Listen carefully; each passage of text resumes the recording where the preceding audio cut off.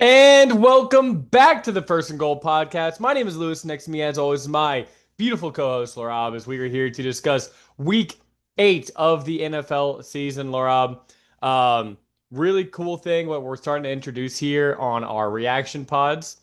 We're gonna do a little pop culture corner. We might incorporate it into our picks pods. Well, usually those are a lot lengthier. So, just certain things in media and going on in the world that really attracted our attention. Rob, you were over here in Baton Rouge last weekend. We watched a good bit of movies together, so we want to discuss some quick thoughts on those movies. Some that just came out in theaters, others, classic staples. It is Halloween, some thriller kind of darker movies that we watch. So if that's something that's interesting to you, we'll have some timestamps you can find at the end of the video. Just something new that we're trying to incorporate, but still, we're going to bring you the full NFL coverage that we always deliver on. So that's going to make up majority of the episode, but just branching off and talking about some other things that we find interesting, right? That being said, Lorab, I know you're finally excited to get into this portion of the video. Let's talk about our picks from last week. Let me go ahead and get those picks pulled up for you guys. You can see right here it says 11-11. Make a wish. But you see, my 11 is right there is a little pink hue. And that is because Lewis and I decided off air that if we were to have a tie, like we were kind of predicting for this week, we would go ahead and use our best bets as sort of that tiebreaker. And so in this case, my bet banged Buffalo -7 or yeah, -7. They just thrashed the Panthers. And your Jets, Couldn't Bengals be under worse. could not have been a worse pick. And so The highest this, over under of the week. yep, most points scored right there. But this finally gets me back in the win column.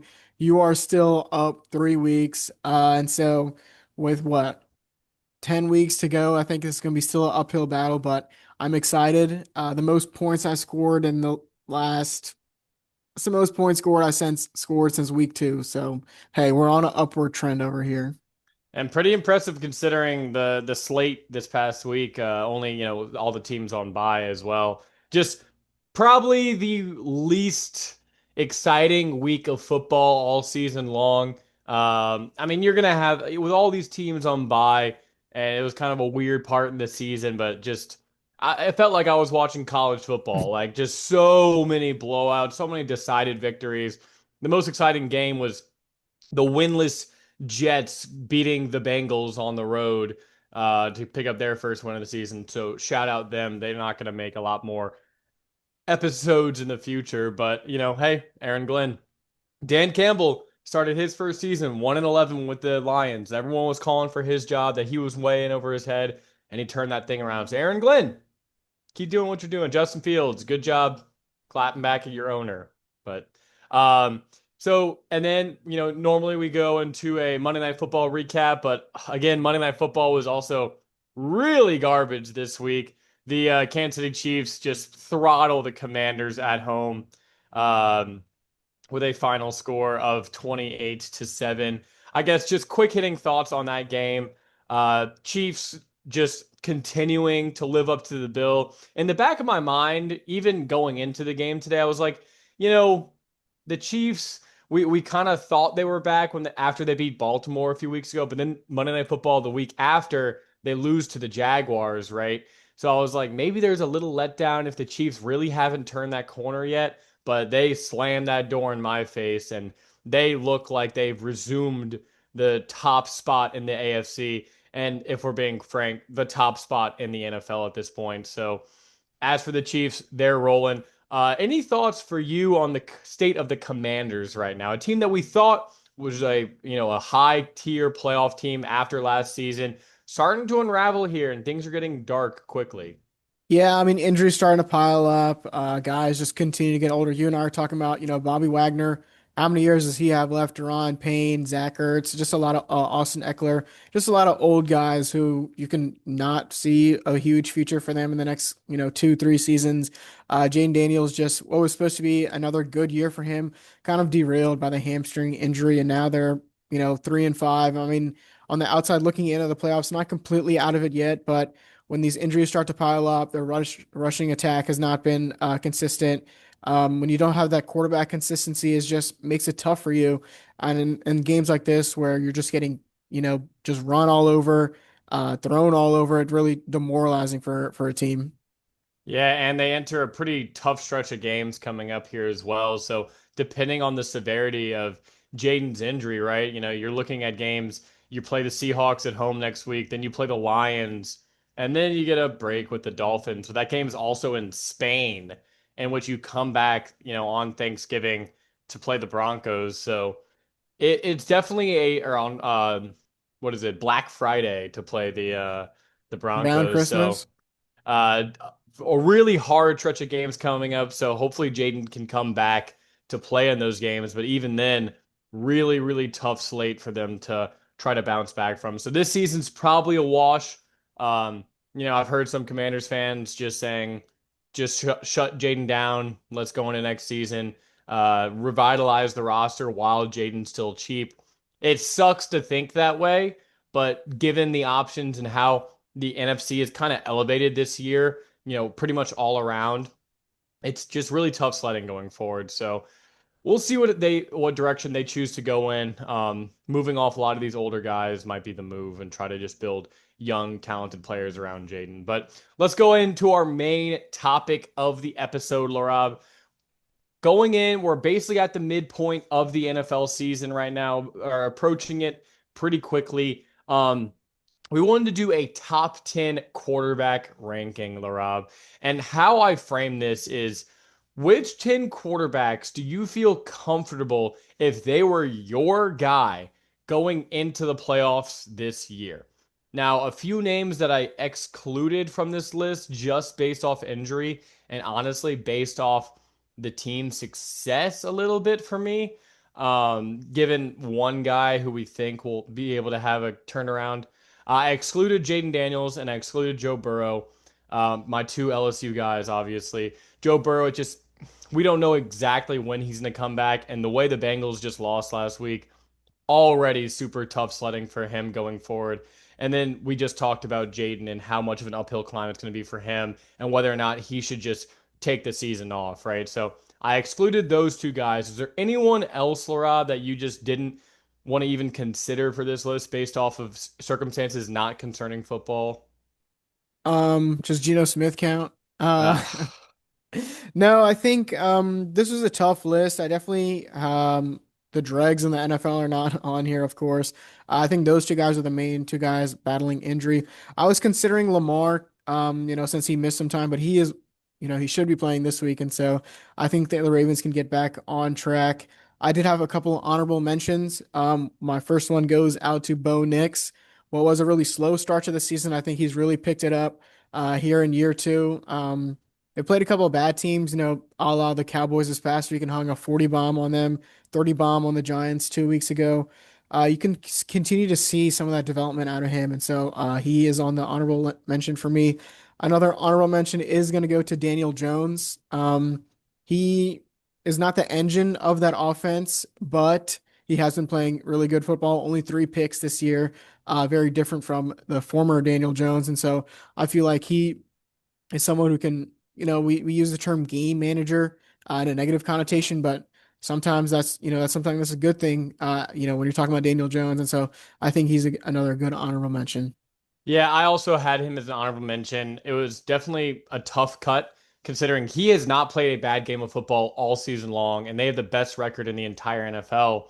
But like you mentioned, he's not the engine, and I need to see him in a late game, close game, pull it out. You can say that was the Broncos game earlier on in the season, but that game was a little weird with the leverage call at the end, and he didn't have a great game in that one either. So he has the ability to prove me wrong going forward, but based on his track record, it's hard for me to confidently put him there. And I also want to give some shout out to Sam Darnold, who's had a really solid season, and with the weapons he has on the outside, it's just seeing what I saw last year in the playoffs. It's hard for me to really go that distance and say he'd crack my top 10.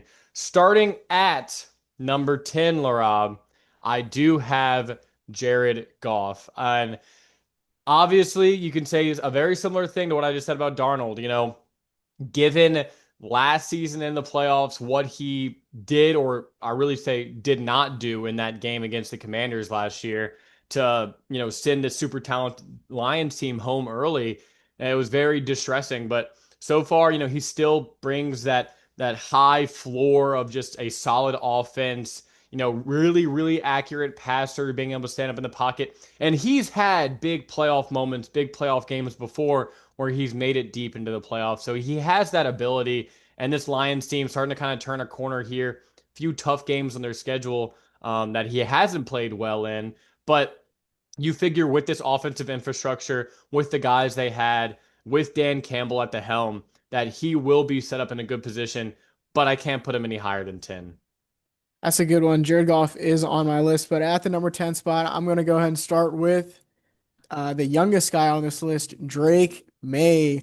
I've been really impressed by him. He is, quickly rising up the MVP ranks. And that's just a great thing you want to see from these young quarterbacks in the league. And he has been just electric this year, one of the best deep ball throwers. The Patriots have been rolling. Now, one thing that has been an issue for him has been sacks. Out of my top 10 guys, he has been the most sacked 28 times. And that's one thing, the offensive line is a little weird over there, especially when Will Campbell just got his welcome to the NFL moment by Myles Garrett this past weekend. But sacks also something from your quarterback holding onto the ball a little bit too long. And I think that's something Drake May has his tendency to do. And the turnovers, or to start the season, that was a really big issue for him, but he's really buttoned that down. He did have a pick this past week against the Cleveland Browns, but his Patriots team, they're continuing to beat bad teams, and that's what good teams should be doing. That's what good quarterbacks should be doing. What we want to see him, kind of like the Daniel Jones tier, is can you beat a good team when you're down by a lot of points? They weren't able to do that against the Raiders early in the season. Weren't able to get that comeback win against the Steelers in the early season as well. But when some of these games start to get tougher, they play the Bills again, they play the Buccaneers again. I want to see some of that performance, but I think Drake May, the quickest, the biggest riser of all quarterbacks this year. That's why I got him at number 10. Yeah, and that's exactly why I have him here at number 9 for me. My biggest hesitation moving him any forward is just the inexperience, right? Like you mentioned, the youngest guy here, still with a pretty inexperienced roster around him as well. But what he's been able to do to make just so much out of the limited skill talent around him. Really, the running game hasn't been impressive whatsoever this season. And then the guys on the outside, like we didn't think much of Diggs whatsoever coming into this year, and he's proven to be a really good security blanket. Just that quarterback best friend on the outside that he's been throughout his whole career with Kirk Cousins, with Josh Allen, and what we thought with C.J. Stroud last year before he got hurt. So, but really, it's like Kayshon Boutte just turned into an awesome down the field receiver, just super contested catches.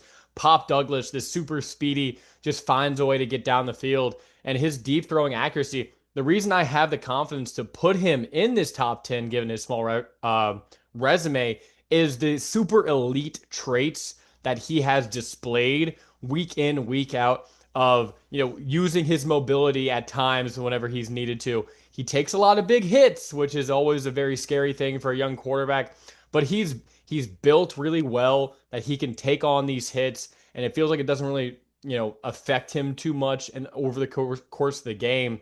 And just finding ways to just cannon arm down the field has been super impressive so far this year. Obviously, given the team success, I don't love, how many hits he is taking game after game after game. But if they continue to just roll these teams over, he's in not only be a good spot to make the playoffs, but to potentially vie for a division title in his second year. And second year guys, Laraib, we've seen have huge seasons. Dan Marino in his second year in the NFL went all the way to the Super Bowl, and everyone thought, hey, he's going to be in the Super Bowl every year. He's going to win a few. He didn't. And then you could say that was his best season. But even, Joe Burrow in his second season made the Super Bowl. Patrick Mahomes in his second year starting, technically, won the Super Bowl, won MVP. So with a lot of these guys, it doesn't take too long for them to figure it out and to have these awesome years. So Drake May, I don't think it's an overstatement by putting him in our top 10 at this point of guys we trust. Because if anything, in a few weeks, this might be too low. Mm. Yeah, great points there. At my number nine spot, I am gonna go with Jared Goof, like you had at your number 10.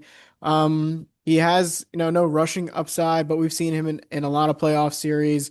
The one thing is you can knock him for is the roster around him. That's something he really benefits from that some of the other guys wish they could be in a situation like that with a great offensive line led by Panay Sewell. You had Amon-Ra St. Brown on the outside, along with Sam Laporta, along with Gibbs and Montgomery. And so he does what he needs to do. I don't think they've had that huge premier win.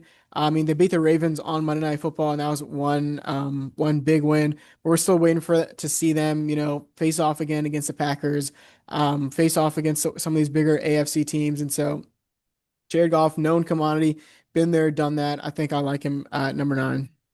All right, and then number 8, Laraib. This guy, he may or may not make the playoffs this year, but I wanted to throw him in on this list because how great he has been playing this year, despite all the chaos around him, and that is Dak Prescott.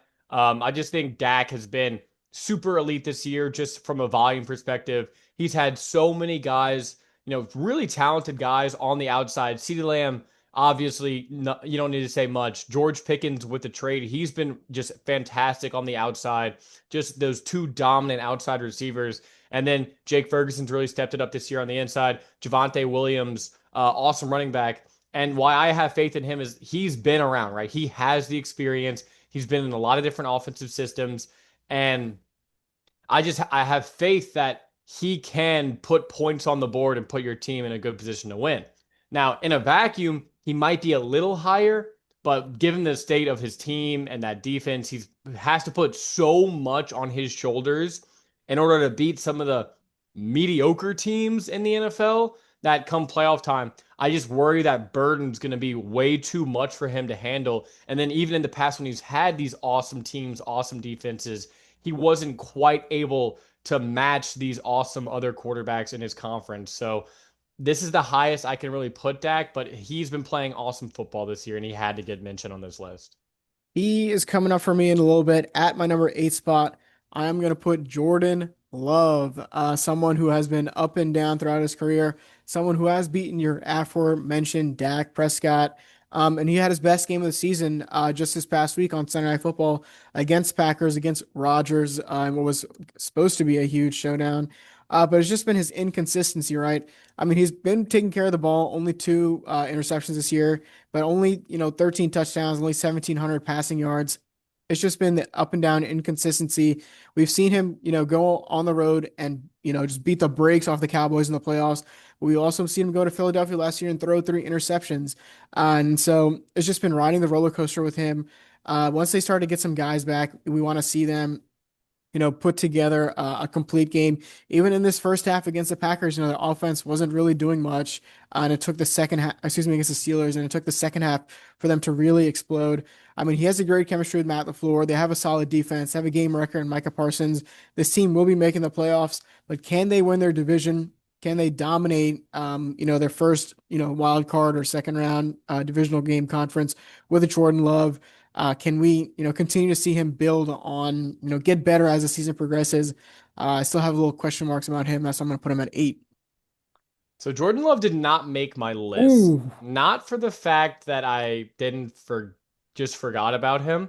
Now maybe I didn't put as much stock in him as you clearly have, but it's just the roller coaster that scares me, right? Because I think very highly of this Packers roster around Jordan Love, and he's kind of that pendulum that just can swing in either direction right now. And until he's able to put together a lot of games that of high performance, high octane football, it's hard for me to have confidence that in a playoff setting where you need him to come through and deliver, he won't have that Philadelphia flop like he did last season. So did not make my list, which makes me wonder who on my list did not make yours, but we'll get to that. At my number 7 spot, Larav, I have your guy, Justin Herbert, here on my list. Herbert, clearly, it just feels like one of those classic Herbert years, comes through against teams he should, and against the teams he shouldn't, he doesn't. So come playoff time, obviously, talent-wise, he's probably more talented than the next three guys on my list that I'm going to go through. But can you do it in a big spot in a game that matters most? Early returns this season seem positive, going in that direction. But overall, I need to see it to believe it. He's had a pretty good year so far. Little distractions off the field, little Madison beer in his ear. Maybe that's a But good thing. maybe he gets a little swagger to him now, right? But just given the state of this team and this offense, just getting Joe Alt back clearly was a huge difference maker against the Vikings last week. So maybe that's what he needed going forward is just that sense of security on the offensive line to make these throws, to be confident in his throws, and that could propel him into a good direction, barring the health of his teammates. So I have Herbert here at 7. At 7, I do have Dakota Rain Prescott. Yeah, it's gonna be tough uphill battle for them to get into the playoffs, but this is the best Dak Prescott we've seen in his career. I'm just playing outstanding football with all the pressure on his shoulders, and he still pulls through for this team week after week. The defense just lets him down so many times, but he's going to be he's the obviously the Burrow of this year.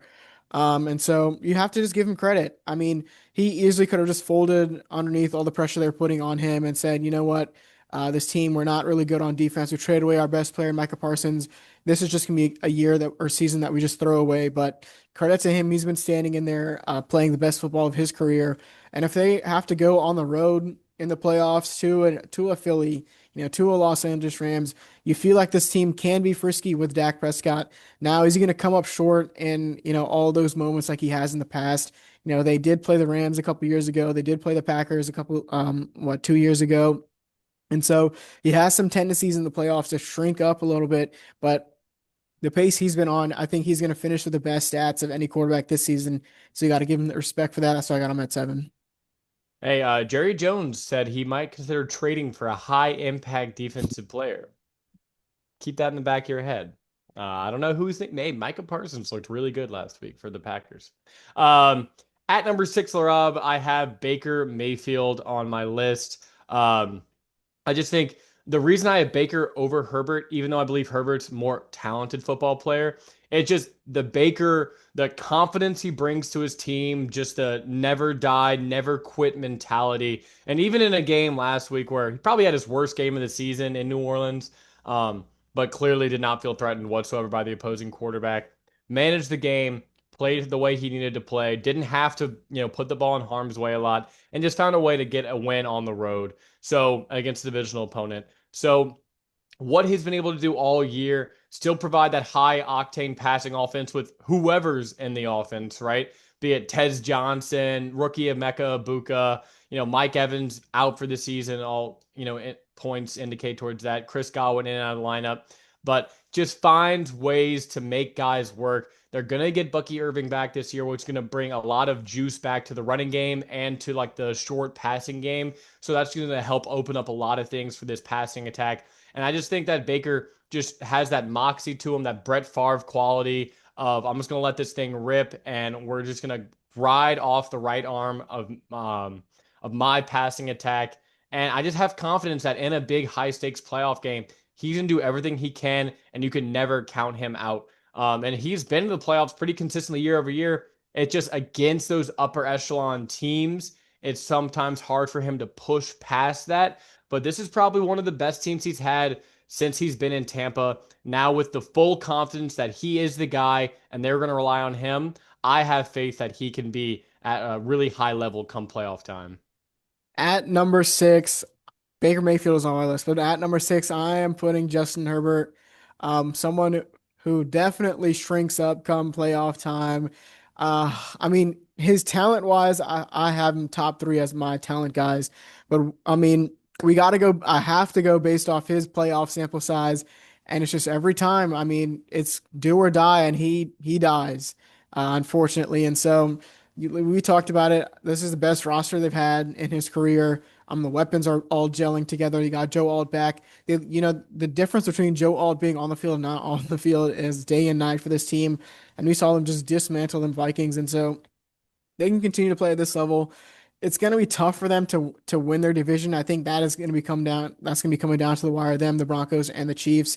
That's going to be a huge race for all those guys. But if they can find a way to do that, that'd be amazing. But Herbert, out of my top 10 guys, he has the most turnovers with 7 interceptions. He's taken 22 sacks as well. And so those are some things you don't want to see out of a veteran guy like Herbert, who this is a year that means a lot to them, right? Harbaugh, year two, he got to draft a lot of his guys. He's really starting to put his fingerprints on this team. But we're starting to see Herbert, fall apart at the seams, against the Giants, against the other teams that they lost to. And then the rushing attack, I mean, it's obviously unfortunate injuries to Harris and Hampton, but Vidal, how much juice does he have for you remainder of the season? And so it's going to be a lot on Herbert. Can he come up in the playoffs? He hasn't done it before. That's why I have him in the middle of this list, but I think this could be a good year for them. All right. And then at number five, Laraib, I have a Super Bowl champion, a guy who's proven it in the past, and that is Matthew Stafford here at my number five. It's just a guy who, consistently week after week, had a bye week last week, but just had one of his best performances in the year before that, 5 touchdowns overseas against the Jaguars. And just given the offensive talent, given what Sean McVay as an offensive just guru, the situations he's going to put Stafford in, allowing him to just a guy with a ton of experience who's been in these big moments, who's come through a lot, just rips it. No one questions his arm talent. And Stafford really hasn't had one of those classic midseason Stafford games where he has 2 pick sixes and it's you're putting your hands on your head like, all right, Stafford, what the hell happened here? But typically you don't see those performances come playoff time. Puka's just been absolutely outstanding this year, and I think you caught the bye week at the perfect time. Allow Stafford to get healthy for a week, and then going forward, they have a pretty decent schedule as they're still, in the thick of it in their own division race, right? In that NFC West that's super competitive. So, um, I just, I have full confidence in him to lead this offense. And just the thing that brings him back a little bit for me is I just think it's so important in the NFL to be able to move in the pocket, to be able to scramble when need be. And he clearly just doesn't have that ability like the guys above him on my ranking do. But a proven guy, a guy who's done it year after year, I have full confidence that Stafford can come through in a big playoff spot. Stafford is also on the list coming up in a little bit, but at number five, I have Lamar Jackson. Talk about playoff shrinkers of all playoff shrinkers. I mean, you can look at the statistics. As much as we love Lamar Jackson in the regular season, there is no one who crumbles more than him when the lights are the brightest or the brights are the lightest. It's just year after year, they're putting together what they think is a Super Bowl roster. They bring in Derrick Henry, they draft Zay Flowers, they have a dynamic offense, but when it's time for the rubber to meet the road and big playoff moments, this is just someone who crumbles underneath the pressure. You think back to the AFC Championship 2 years ago against the Chiefs, where just four three and out after three and out, interception after interception, just so many spots where they had ability to beat that Chiefs team, and they couldn't do it. Then last year, wasn't technically Lamar's fault on that 2 point conversion, but you think back to the awful interception that he had, the fumble that he had. I mean, it's just someone that we love, right? We love Lamar Jackson. We love the energy he brings every single game, the highlight plays. But when it's time for those big moments, he's just someone who continues to come up a little bit short. And now in this year, where the roster is a little bit depleted, their defense is not that good. And Lamar's missed a couple of games. They're on the outside looking in, a very uphill battle for them. But if there's anyone who can do it in the regular season, that's Lamar Jackson. But come playoff time, can I trust him more than a couple of these guys I have higher on the list? That's a little bit tough for me to say. Yeah, I do have Jackson higher on my list, and I'll talk about him when I get there. But here at number four, I have another Super Bowl champion. I have Jalen Hurts. I Someone just who did think not make my list. interesting. I'll let you chime in on that one after I speak. That's all right. Well, let me get in my Hurts feel. Obviously he's not your traditional form of how a quarterback is supposed to lead with his right arm and just bomb down the field consistently, but he's a winner. He's a champion. He finds ways to win based off the game script, right? We see so many of these games. Hey, this is clearly a game where I'm going to have to do it with my legs. Let's go to week 1 against the Cowboys. 2 rushing touchdowns in the first half and just puts points on the board. Obviously, most unstoppable play in football that is still legal is the tush push, and it's the every short yardage situation they're finding ways to convert game after game after game, and he's the only quarterback who can do it successfully. So you have to give him credit there. And then sometimes there's the games where, hey, we need you to bomb this ball. We need our guys to step up. And you have the game, 2 weeks ago where he has to use AJ Brown 100 plus yard, D Smitty almost 180 yards in that game. And he has to air it out and rely on his guys on the outside, right? There's no doubt he is playing with one of the most talented offensive rosters in the entire NFL. But we've seen him in the biggest spots in Super Bowls and NFC championships play his highest brand of football. So this is a guy who clearly has the track record, who has the confidence of his coaching staff, of his team. He's just that quiet, kind of silent swagger to him that you have just exudes off him. You trust him in these big spots to get it done because that's what he has done year after year. Yes, it's been a choppy season, but the Eagles still sitting at the top of this NFC like they've been doing since he's been the starting quarterback, finding ways to win based on the game script. And you can't ask much more of him because that's all he does, and that is to win.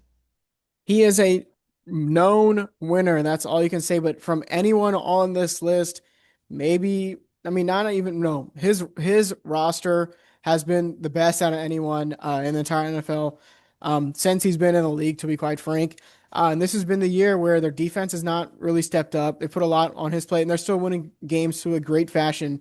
But if you ask one of these guys to switch places, I don't think it would be any different what the Eagles would do. I mean, if you put Justin Herbert in that system, Oh, can he if.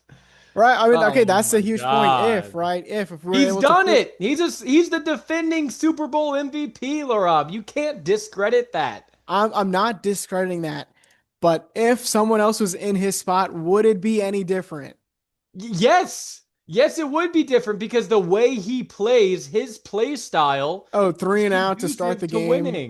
The three and outs, And the then what? And then he bombs down the field, or he runs, or he trusts his offensive line, and they convert time in again because they have confidence in Jalen Hurts that he's been in these situations and he's going to do it again. And that's what he's been doing all season long.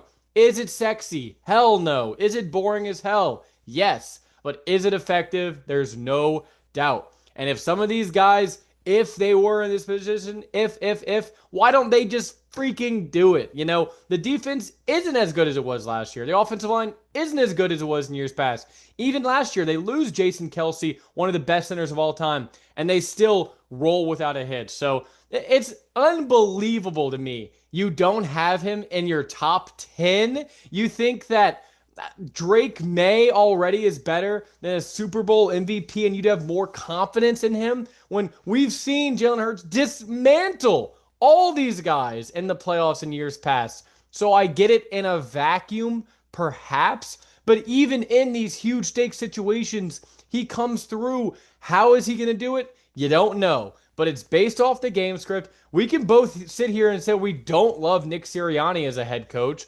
You bring in Kevin Patullo as your offensive coordinator, and he still finds ways to win week after week. So I have to hard stop you on that one. You got to reevaluate your process there because there's no way in hell Jalen Hurts isn't in the top 5 of your quarterbacks you trust the most come playoff time. a guy I trust more at my number 4 spot. Give me Laser Mayfield, aka Baker Mayfield, the chef who has an aging roster, doesn't have AJ Brown and D Smitty to bail him out, Beat him Doesn't have earlier. Jalen Carter out there to bail him out on the defensive side of the ball, doesn't have Saquon Barkley out there to bust those huge runs, doesn't have Lane Johnson on the offensive line to help him with the tush push. Warp's better, but Um, okay.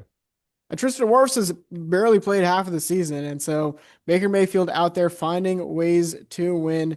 Except And against the Eagles. maybe if they had Jalen Carter in Okay. red Okay. and Maybe if they black. had Jalen Hurts. Listen, I will admit Justin Hurts or Jalen Hurts should have been on this list somewhere. We were talking about top 10 guys, and He didn't even that make your was honorable mention. You threw Daniel Jones in there. shout out Daniel Jones. I mean, he's playing Oh good football. man. Um, no, Baker Mayfield, I mean, the most clutch player in football, maybe behind Mahomes. I have to have him at number four, just the way he's doing it with the list of guys around him. And, they're going to win their division. They're going to be a tough team to beat come playoff time. Yeah, let's just move on. I'm a little heated right now. I got to bring it back down. I didn't think I'd be the Jalen Hurts guy here, given your track history with the man, considering I bet against him all last year, but you were the one. But regardless, maybe that's because I've been burned by him too many times that I'm like, I throw my hands up. I Sometimes got to you give it see to the the guy. burning ship and a premonition, and you have to jump off. Okay, You hey, you just see smooth sailing. I see an implosion coming. I see a captain of a ship that will always steer it in the right direction. But a captain that maybe I shouldn't trust more, given the statements I just said, but a guy with a much higher ceiling is Lamar Jackson at my number three spot. Lamar gives you probably the highest offensive ceiling out of any of these guys on this list. Um, but the downside is come playoff time, probably the lowest floor and it's year after year. Now, last year he didn't play bad per se, and I had a rough first half, and I put him in a deficit against the Bills, but came through at the end when you needed him the most. Teammates didn't come through, unfortunately. Zay Flowers fumble, and then obviously Mark Andrews on the 2 point conversion. But for Lamar Jackson, so far this year has been a living hell, right? You come off to the worst start you can imagine. Lamar gets hurt. Now, hopefully, he's able to come back this week. And the only reason we still have faith in this Ravens team, who's had the worst defense in the NFL, we don't trust Harbaugh that much. Derrick Henry just keeps looking older. They don't have great receiving weapons on the outside, a young, unproven offensive line is because of the engine that is Lamar Jackson offensively, how he's able to create things, how he's able to open up the game for everybody else, and the drastic drop off you see from other quarterbacks. And what gives me hope, not only about this Ravens team, is once you get Lamar back, but the defense seems like it's playing better, after how abysmal it was the first 5 weeks of the season. Against the Rams, they let up 17 points, and last week against the Bears, only let up 16. So you see that maybe a corner is getting turned here, and we'll discuss their next game coming up soon for our Thursday Night Football segment. But if Lamar's able to come back and he's able to be full health, Action Jackson Lamar, then I think I do trust him to elevate an offense and bring a team to the playoffs that will be as scary as any offense in the entire NFL.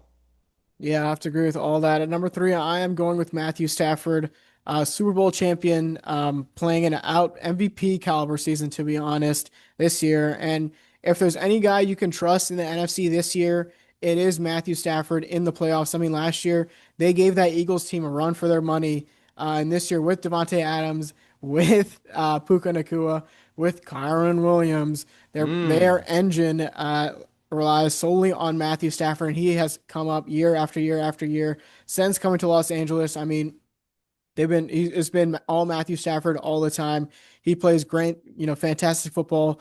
And even when you don't think, okay, this Rams team, they're gonna have to travel on the road. This is just a veteran guy who's been in a lot of big games, won a Super Bowl. Maybe didn't have the greatest of careers in Detroit, but now that he has Sean McVay, they've linked up.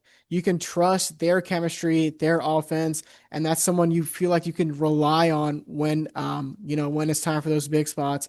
That's why I got Stafford at three. I mean, you put Jalen Hurts with Puka, Devontae Adams, Sean McVay, and Volume King, Kyron Williams. I don't know. You could get a pretty good results there, but that's it. Hey, hypothetical, Hey, right? maybe hopefully he can muster up 150 passing yards. Enough said. I believe we But have. Matthew Stafford has one of those too, by the way. That's ancient history. I mean, shoot, that was when Tom Brady was still in the league.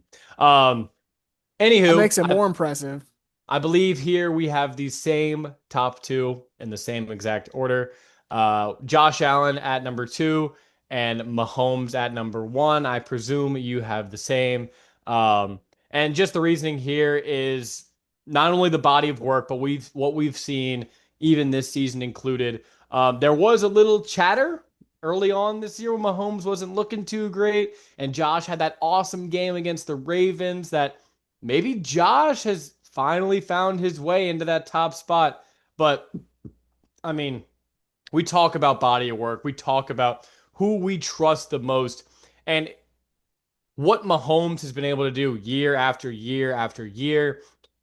Every single year he's been the starter. He's made the AFC Championship, 7 straight years. And then 5 of those AFC Championships he's won.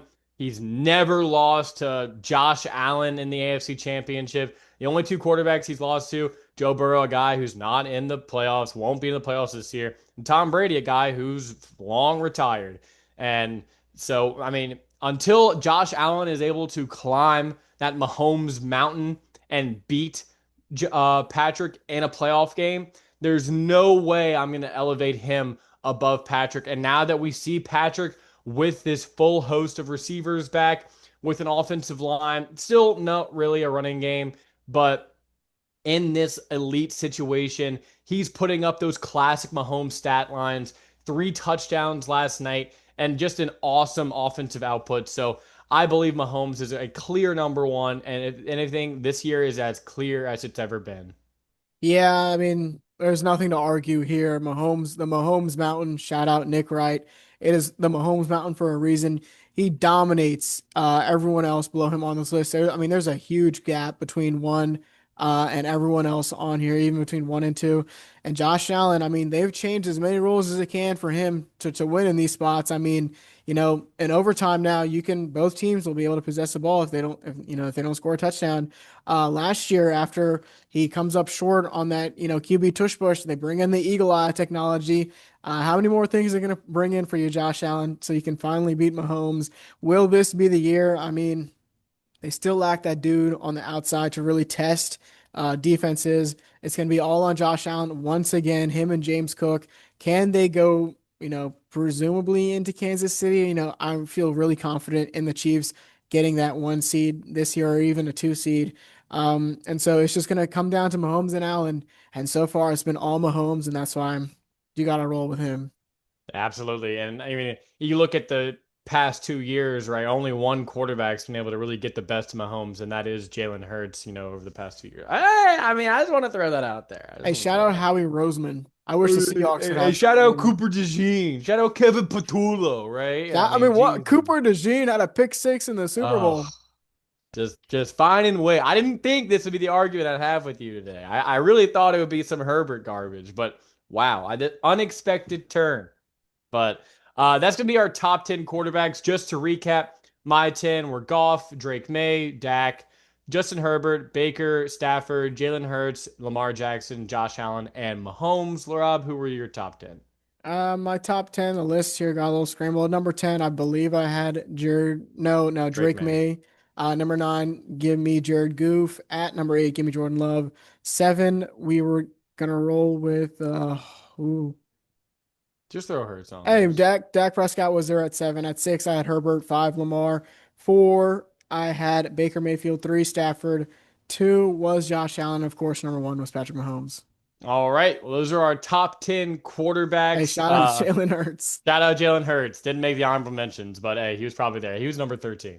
Um, and then finally, we have our Thursday night football game. We have the Baltimore Ravens traveling to Miami to face the Dolphins.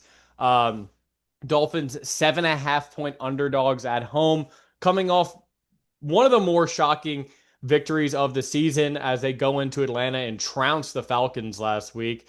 I'd like to say it's shocking, but I've seen Atlanta just get blown out by an inferior team before, losing 30-0 to the Panthers. So that's an entirely different tire fire. But Miami with a little juice here. Baltimore, every game going forward is a playoff game, must win. So, how are you feeling about this game, Larob? I mean, hopefully Lamar Jackson comes back in Ugh. this one. I mean, uh, but no, on the other side for the Dolphins, I mean, what is it going to be? Which Dolphins are we going to see every week, right? Are we going to see a team who can be competitive in week after week, or are we going to see a team who just puts up stinkers? Shout out to him. I mean, he had that left eye infection, low key aura when he goes like this because it was his left eye. And aura after scoring the touchdown. Um, but you know what Jacqueline Hyde are we going to see this week? But like you mentioned for the Ravens, this is must win for them. Even if we don't see Lamar, I think Tyler Huntley came in. He did a really good job against the Bears. The one thing for me, I kind of question Lewis is this Ravens pass rush. Their leading sacker is Nnamdi Madubuike with two. He has not played football since week two, by the way. And so their inability to pressure the quarterback, I think, is something they're going to want to address with the trade deadline coming up in exactly a week. And so, but when you're facing Tua, he's going to give you some freebies. Go ahead and take those and come out with the win. I think the Ravens win this one 31-20. Yeah, I actually have this as a higher scoring game, and really it does scare me if Lamar's not gonna be able to play in this game. Just because maybe Miami, I don't know, maybe they found something. Now this could be like a flash in the pan, like we just throw the kitchen sink out, but even their defense looked pretty good. And with Miami, a few guys on the chopping block upcoming for the trade deadline. Obviously, the two edge rushers, Bradley Chubb and Jalen Phillips. You still have Minka in trade talks as well. Some people floated A-Chain's name out, even though I think he is going to be a Miami Dolphin for a long time. Um, but a lot of moving parts for this Miami team. I'm gonna pick Baltimore here, but I'm gonna pick them 34-30 in this game. I think it's gonna be a high scoring, fun game, and hopefully Lamar is able to play because they're gonna need every ounce of help they're gonna get, not only for this game but going forward. Maybe the rationale is you try to squeeze one more week out with Lamar, which the reporting has just been a catastrophe on this. We don't know what the hell is going on, why he practiced this week and then was scratch on Saturday. Just really, really weird. But I'm sure we'll get more information on that as we go. But excited now, Laraib. We have our first pop culture corner. We'll workshop the name a little bit just so it doesn't sound too Generic. derivative of previous of other inspiration. We'll say it's inspiration from other previous projects that we really like.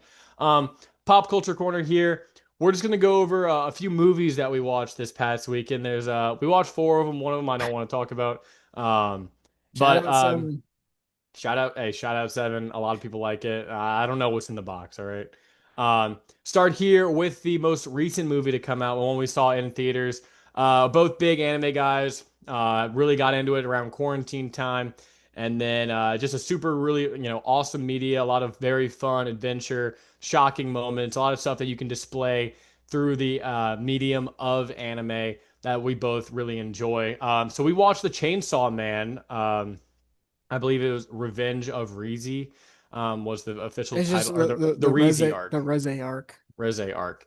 Um, Don't really, act like you don't know how to pronounce that. Come on, bro.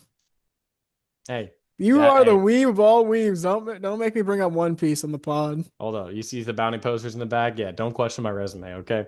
But yeah, Chainsaw Man. I thought it was a really fun movie. I think you got a lot of the Chainsaw Man experience. Definitely a slower start to the movie. Just getting into a lot of exposition, building up Reze's character that we really weren't familiar with at all. Super kind of broken devil ability with the bomb devil, just blowing everything. It seemed like she had just an unlimited amount of ammunition, just blowing anything up. Especially with the team up she had with the Typhoon Devil as well. Created some really interesting dynamics in the final fight, which was really well choreographed in my opinion. Um, but I mean, a pleasant viewing experience. No big deep takeaways for the story. You get the kind of impending threat that Makima might present going forward. And now neither of us have read the manga or super caught up with it. But you understand that Makima is hiding a lot of secrets and her motivations and why she wants to keep Denji around, what her plans for Denji are going into the future, kind of playing with his heart literally and figuratively a lot in this movie. It was a big thing was the fight over Denji's heart, right? The fight between Reze and Makima, like who's going to literally take his heart. But really cool movie. I enjoyed it a lot. What are your thoughts? I think you and I disagree on this just a little bit. I watched Chainsaw Man season one, I believe it was a 2022. Long So time. since then, it's been like over a 3 year absence of Chainsaw Man content. And I mean, the movie in a vacuum, Jalen Hurts in a vacuum. Uh, the movie If you was put Luffy in that, I don't know. the movie itself, was great. One thing we need to talk about a little bit more and just in general is the music for some of these animes. I mean, obviously it starts with Attack on Titan. I mean, the openings for that anime have been insane. The Death Note intro has been amazing. The Dragon Ball Z intros, the music for these animes that they are completely original. Like, I mean, they don't put the music in the manga, right? The music that they made for some of these has been outstanding. I mean, it was really great for this movie as well. But yeah, the movie as itself was a whole, really, really cool.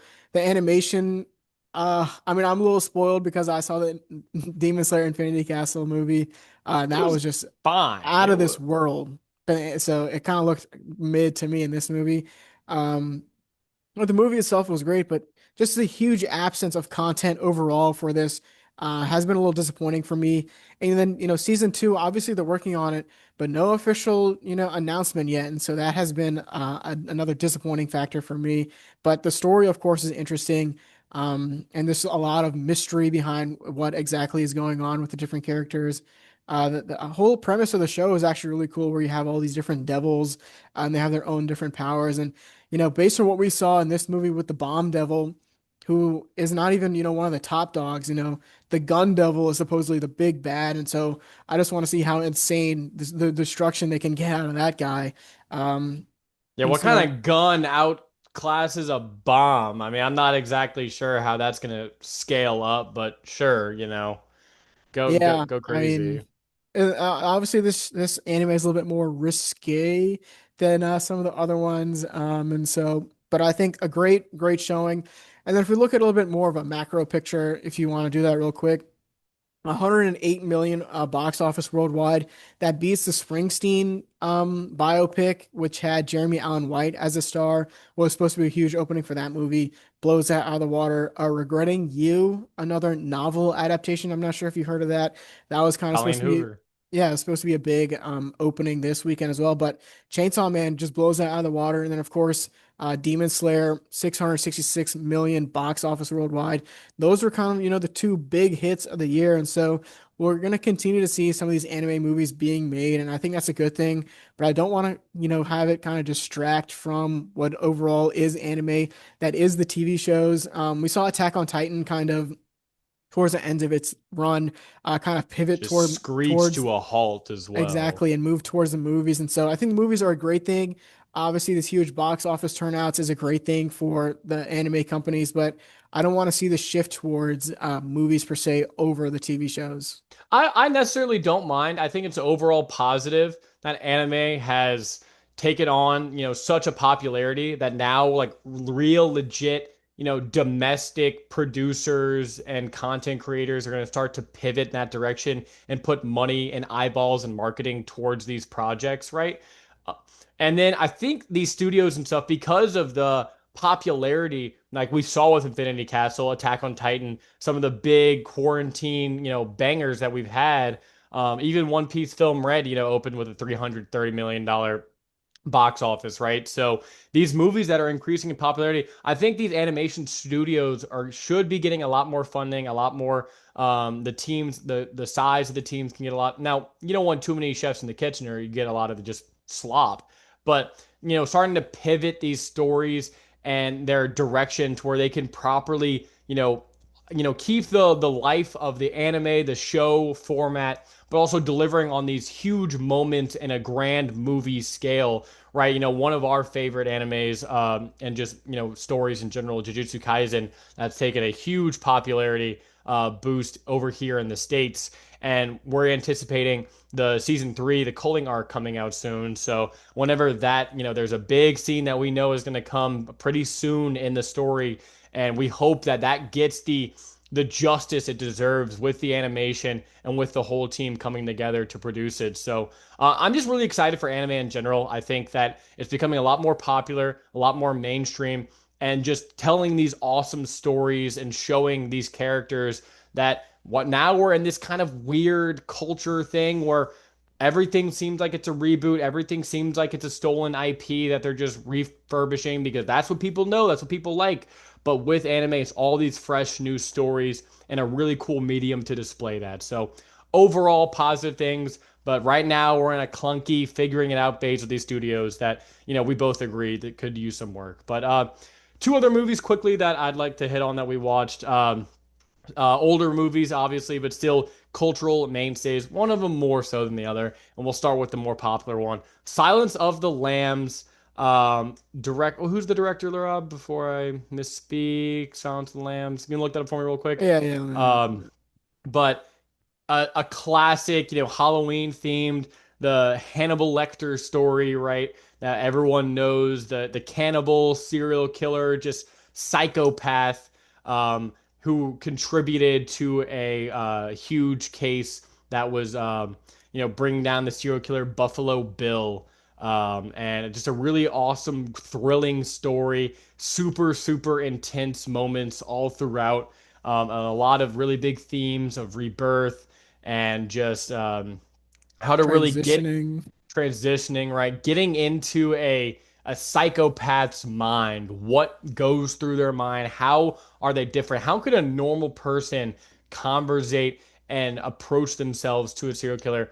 And we saw Jodie Foster's character just really shine in this movie. I think by far the best performance as she was just overall fantastic in her role. Just even keel, keeping her emotions straight. And even in that final scene where she's in Buffalo Bill's hideout, all the lights are off, maintains her composure, and takes down Buffalo Bill. So, really a fantastic movie. I don't know if I should say spoiler warning, but yeah, if you haven't seen Silent Flames, please go watch.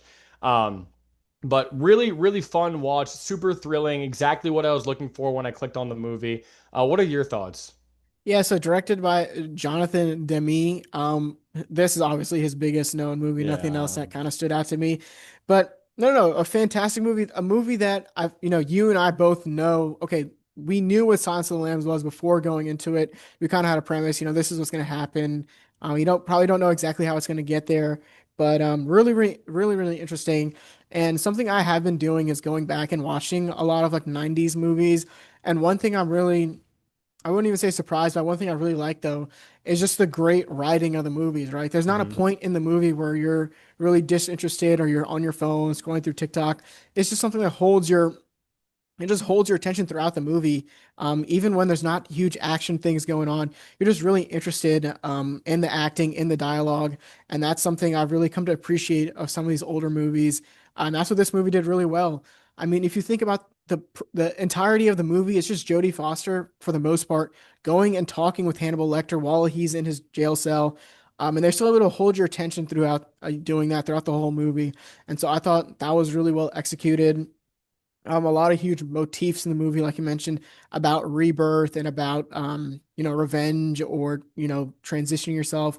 Because Jodie Foster in the movie, so she technically isn't an FBI agent; she's still in training, so she has to go through this transition of still being a student, but also working on this huge Hannibal Lecter case, trying to find the kidnapped girl of the senator. And so she kind of goes through this transformation. At the end, we see her graduate, but then we see Hannibal Lecter actually is out of prison at that time. And so I thought it was a really great movie, even if we knew what was going to happen, really well executed. Jodie Foster, of course, like I mentioned, the performance of the entire movie.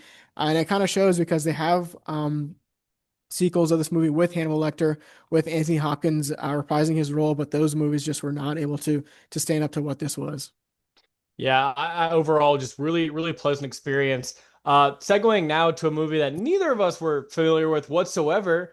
Just scrolling through HBO Max, and we were like, all right, well, we see this movie called The Village, and directed by M. Night Shyamalan. You have a lot of pretty, formidable actors performing, right? You have Joaquin Phoenix as kind of the main, Bryce Dallas, what's the Howard. Howard. Um, and an impressive role and just a lot of pretty big named actors in a movie that we weren't too familiar about.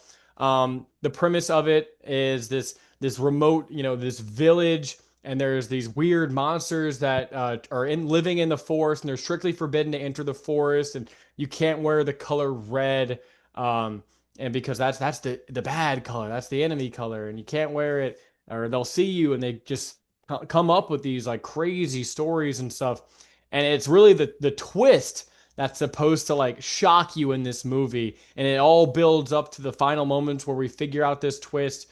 One of the character, Joaquin Phoenix's character, gets mortally injured, and they're like, "Hey, we have to bring him back. Like, we don't want to see one of ours die."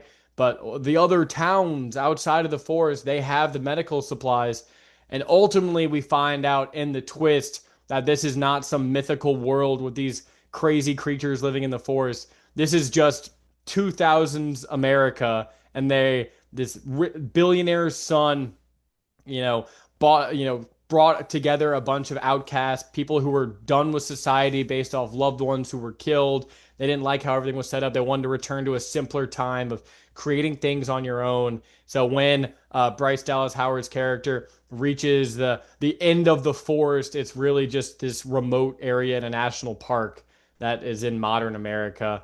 And it wasn't a very shocking twist. They pretty carelessly let a lot of big clues slip early, in my opinion. When the characters were describing, loved ones they lost, they said things like, "Yeah, he was killed in an alley." And you're like, okay, there's no alleys in this small village, and everyone seems to love each other. There's this huge communal thing. And I don't think these monsters are out here killing people. So that immediately alerted my antennas. And there's all these weird keepsakes they keep around that seem like they're part of a former society, right? So it was pretty cool to see, like, yeah, wow, this is how it's all set up, and the money that this guy put towards it all. But it was a fun movie. But the twist wasn't very shocking, I'll say. Yeah, I thought it was interesting where they had the monsters come into the movie pretty early when the village was getting attacked. And so I thought that was a good jump scare when the guy's in the watchtower, and he looks down, he sees a monster run by. I thought that was pretty good early in the movie to kind of try to set up this mythical aspect of it. But no, this was a good movie. I thought it was good, something just to throw on. Maybe not the same I don't know what the prestige as Silence of the Lambs, but it's still a great premise. But you and I both kind of saw the twist coming, halfway through the movie, and so I think that was something that kind of took away from it, where we could kind of start to tell, oh, maybe this isn't exactly 18th century, whatever they're trying to set up. And so I thought there was a lot of big names. The one thing I guess the big twist was Joaquin Phoenix. Him and Bryce Dallas Howard kind of switch the main character and the secondary character roles halfway through the movie, since she's the one that has to go and get his medicine. I thought that was a really, really cool switch of the movie. Outside of that, the big performances, it was really just them two, right? Adrian Brody comes in, I guess, as a Mm. secondary villain, being the monster, and tries to kill, I guess, or scare away Bryce Dallas Howard from leaving the village at the end. But I thought the ending could have been a little bit better. I thought it was a little bit underwhelming, where she kind of just hops over the wall and says, like, here, take this watch as your payment, and please give me medicine. I think that could have been executed a little bit better. But no, this was just a nice, nice little movie to throw on.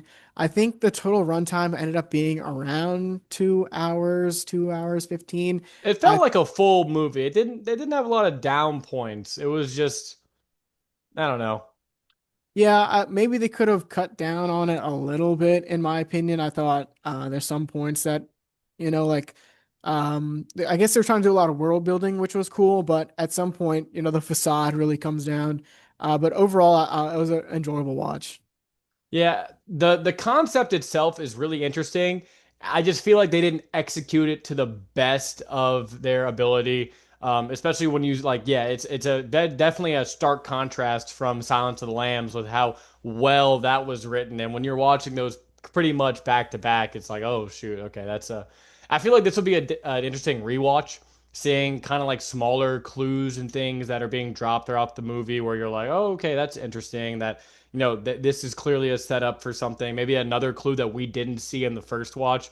But pretty early on, it was like, all right, well, clearly this is something that it's, because I don't know. There was a lot of things set up in the movie to pretty early. It was like, all right, this is clearly just some remote village with these weird people. But you didn't know how exactly it was going to be set up. I'm interested to kind of. I've seen a few M Night Shyamalan movies. I haven't really been impressed with many of them. Um, Shout out Trap. yeah, Trap. Interesting concepts, but the delivery is not I the think that's the greatest. motif of the M. Night movies where really interesting concept, but just something that he doesn't fully flesh out in its entirety or the ending. I mean, he's known for his huge like twist to endings. If you ever seen, obviously Trap was supposed to be a huge one of those. I haven't seen Signs, and so I don't know exactly what the huge twist in that one is. Or, if you heard the movie Old, where a bunch of people are on the beach and then they start aging really fast. Yeah. He's known for his twist, but I feel like he could definitely work on the ending a little bit to make it a little bit less obvious or just make it a little bit more impactful.